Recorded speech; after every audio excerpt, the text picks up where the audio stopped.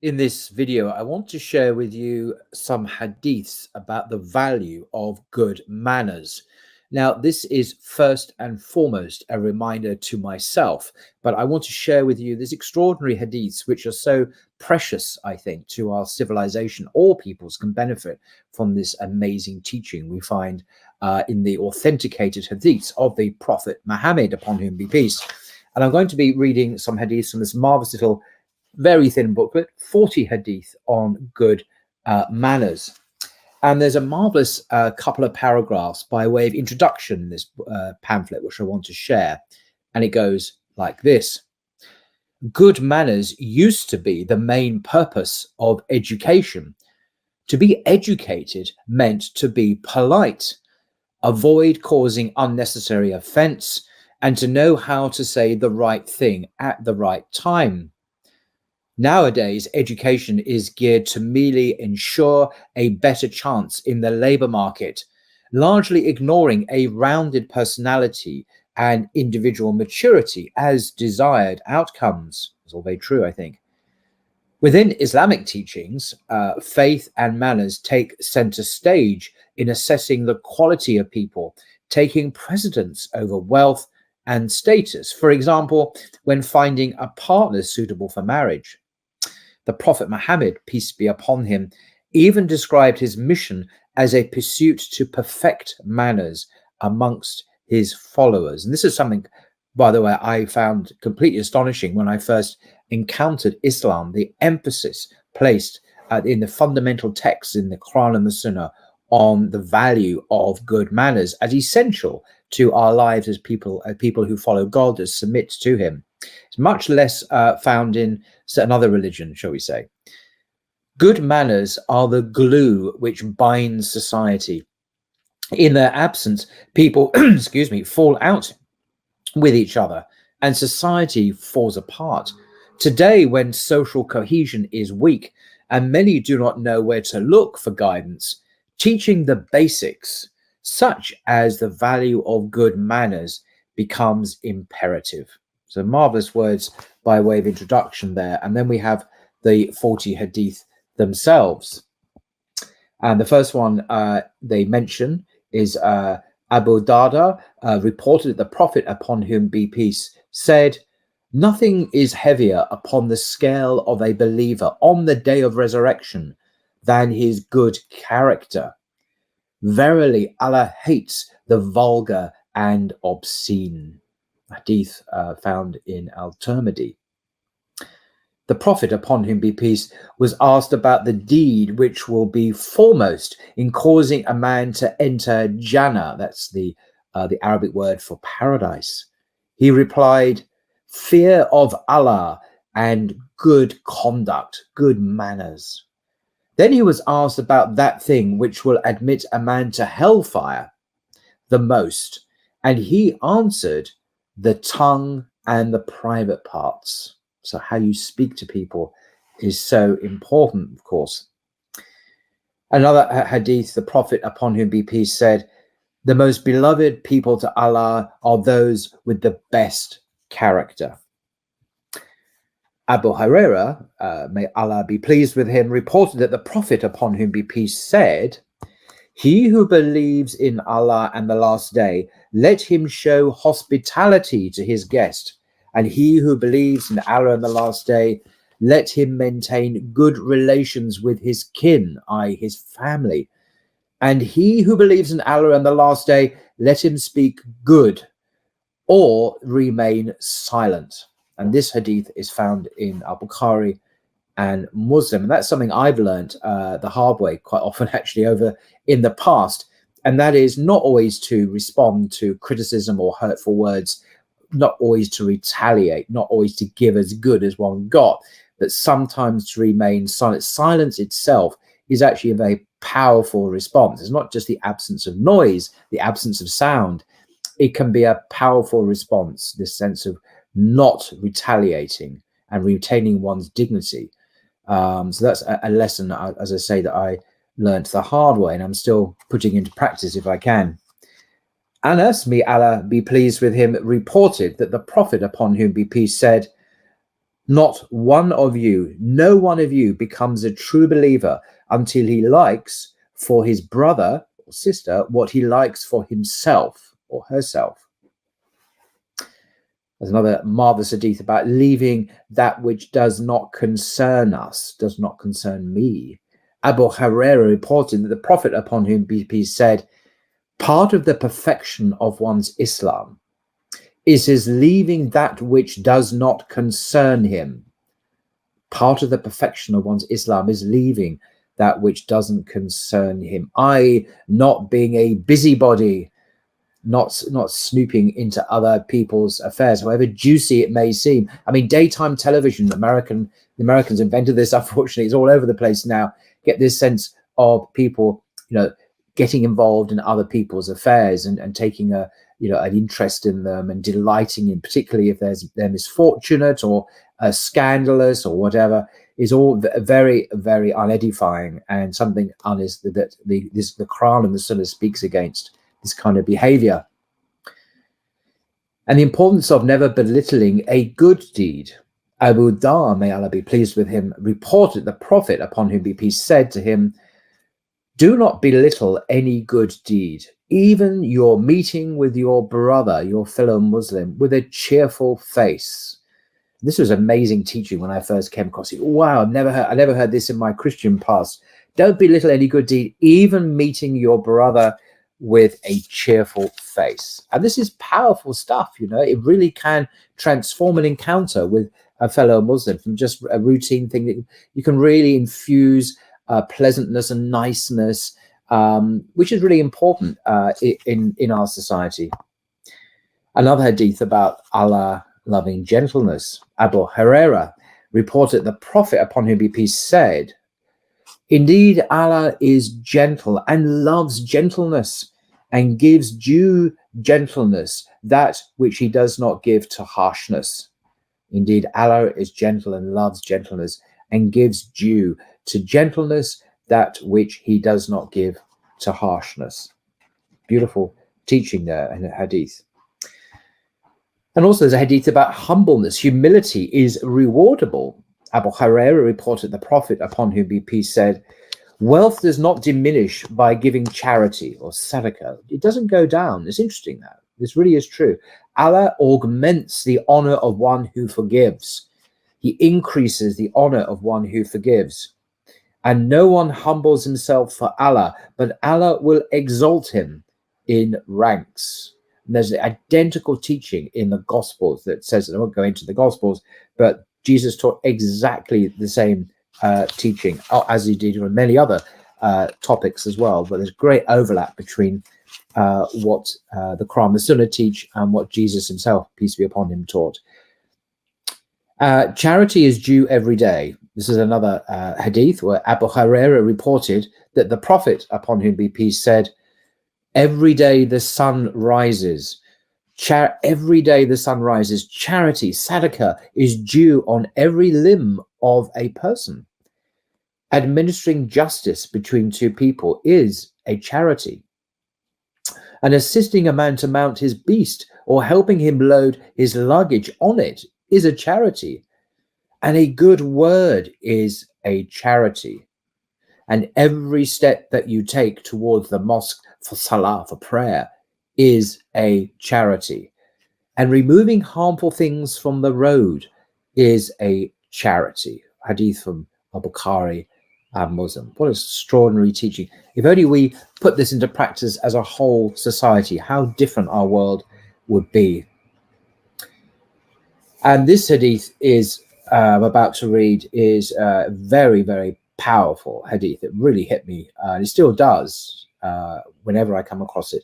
It's the consequences of truthfulness and lying, profound consequences. Abdullah ibn Masud, may Allah be pleased with him, reported that the Prophet, upon whom be peace, said the following: you must be truthful. Verily, truthfulness leads to righteousness, and righteousness leads to paradise. A man continues to be truthful and encourages honesty until he is recorded with Allah as truthful. And beware of falsehood, Verily, falsehood leads to wickedness, and wickedness leads to the hellfire.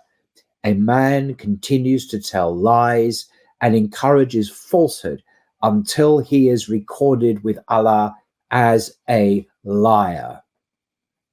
Hadith in Muslim. Powerful words. So say these reminders are to myself first and foremost.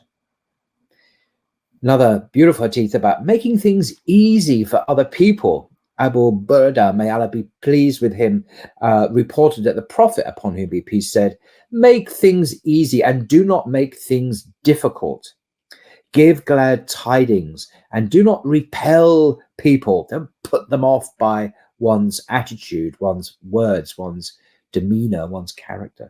Cooperate with each other and do not become divided." Make things easy and don't make things difficult for people. Don't repel people.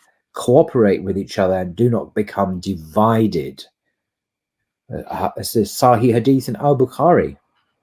Very profound and important teaching for us today, of course.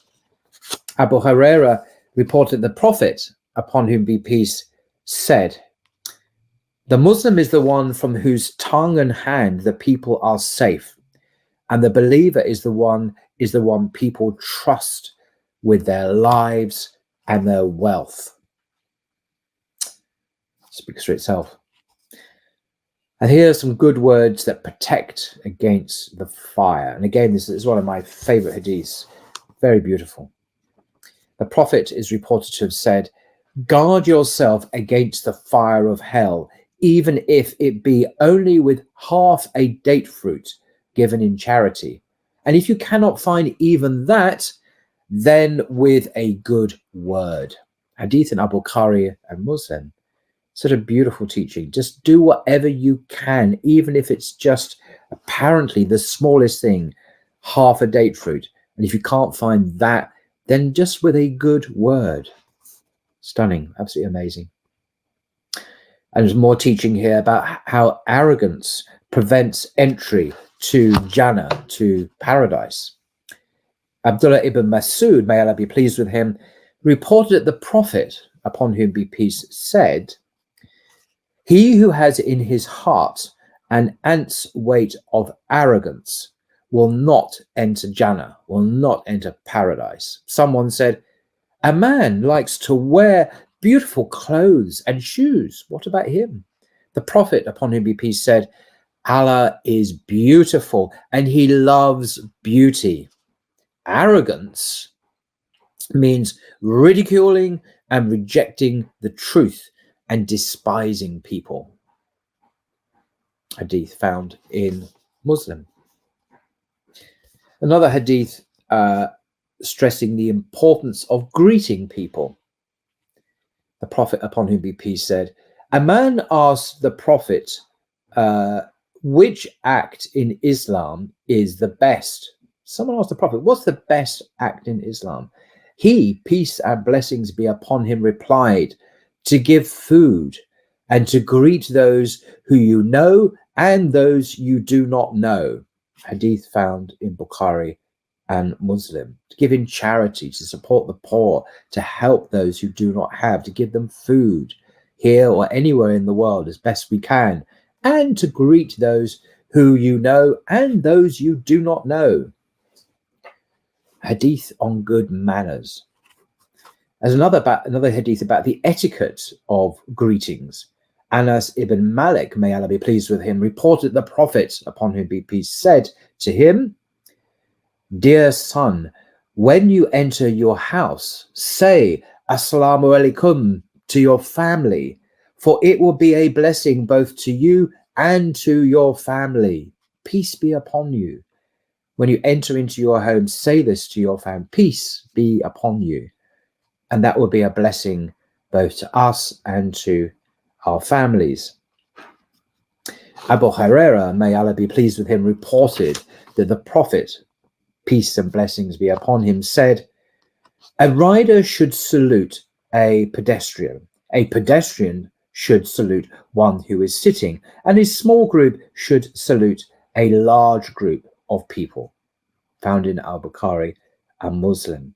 This is how it works, how we say our salams, our greetings, our peace to people. A rider should salute, say peace, salam to a pedestrian to one should salute one who is sitting down, and a small group should salute a larger group of people. Very, very interesting etiquette.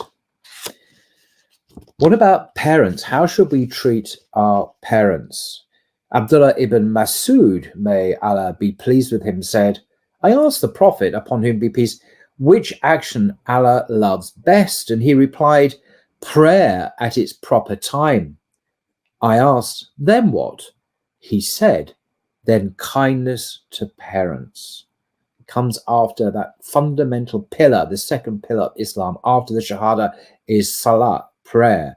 What comes after that for him? After prayer, kindness to parents. That's what Allah loves best. Another hadith, Abu Usaid al-Saidi, may Allah be pleased with him, said, we were sitting with the Prophet when a man of Banu Salama came to him and asked, O Prophet, is there any kindness to parents left that I can show to them after their death?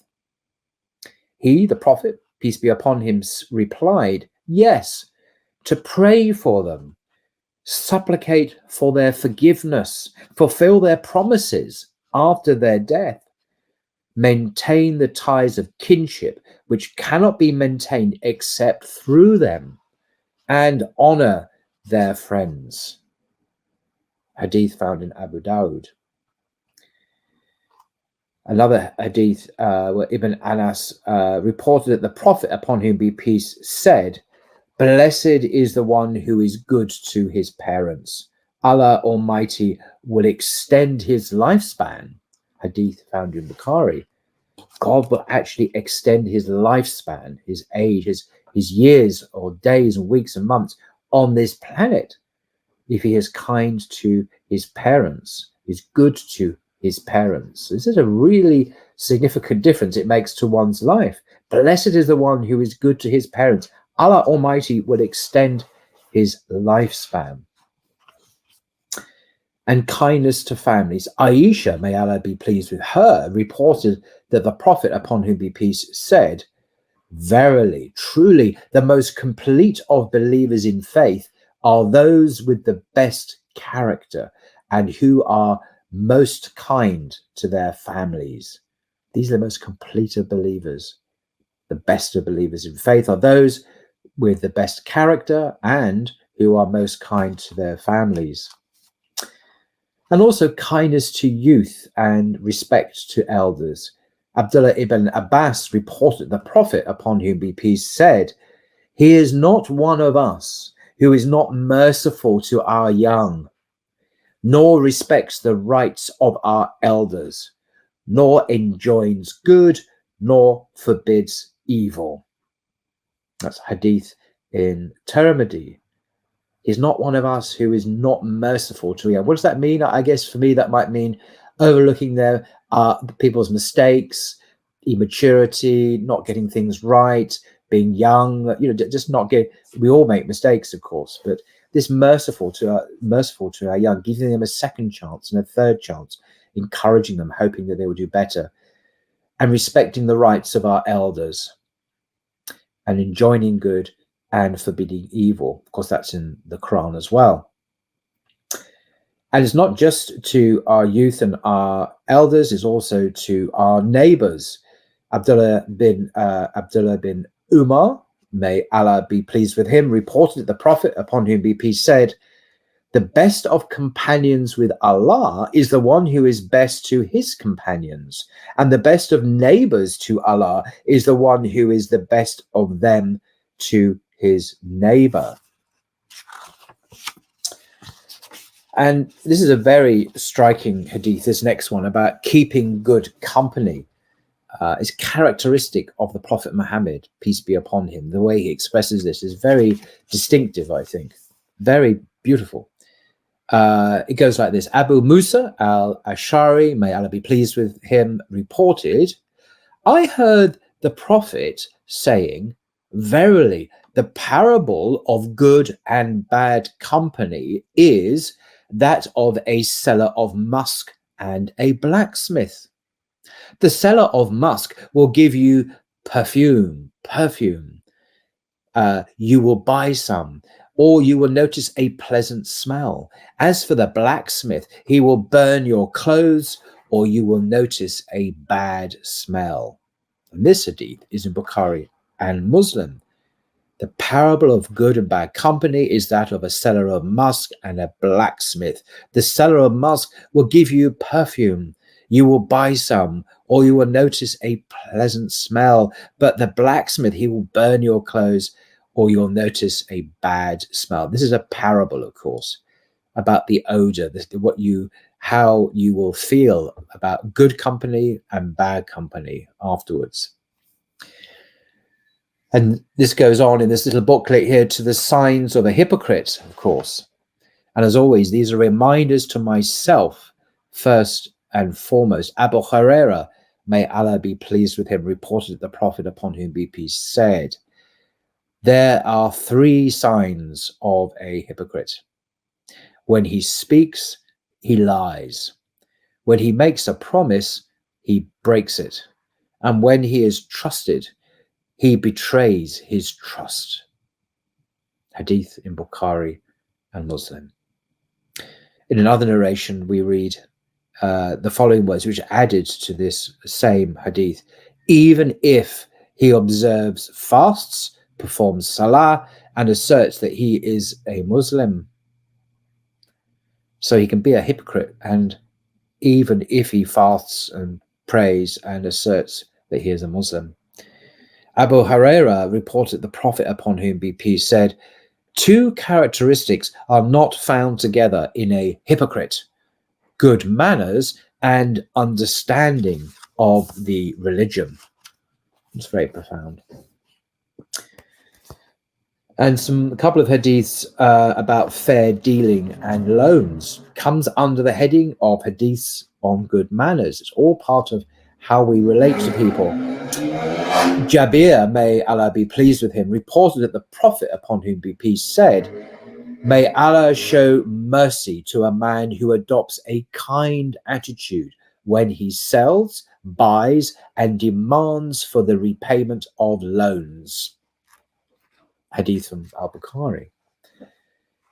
Abu Qatada, may Allah be pleased with him, reported the Prophet, upon whom be peace, said, he who likes Allah to deliver him from the calamities of the day of resurrection, let him either give respite to a debtor or grant him remission of loans in straitened circumstances. Hadith in Muslim about loans, fair dealing in loans, and showing mercy to people. And I think the very last hadith, I haven't quite got up to 40, but this is a good selection nonetheless. I think the last hadith I'm going to share is one on visiting the sick.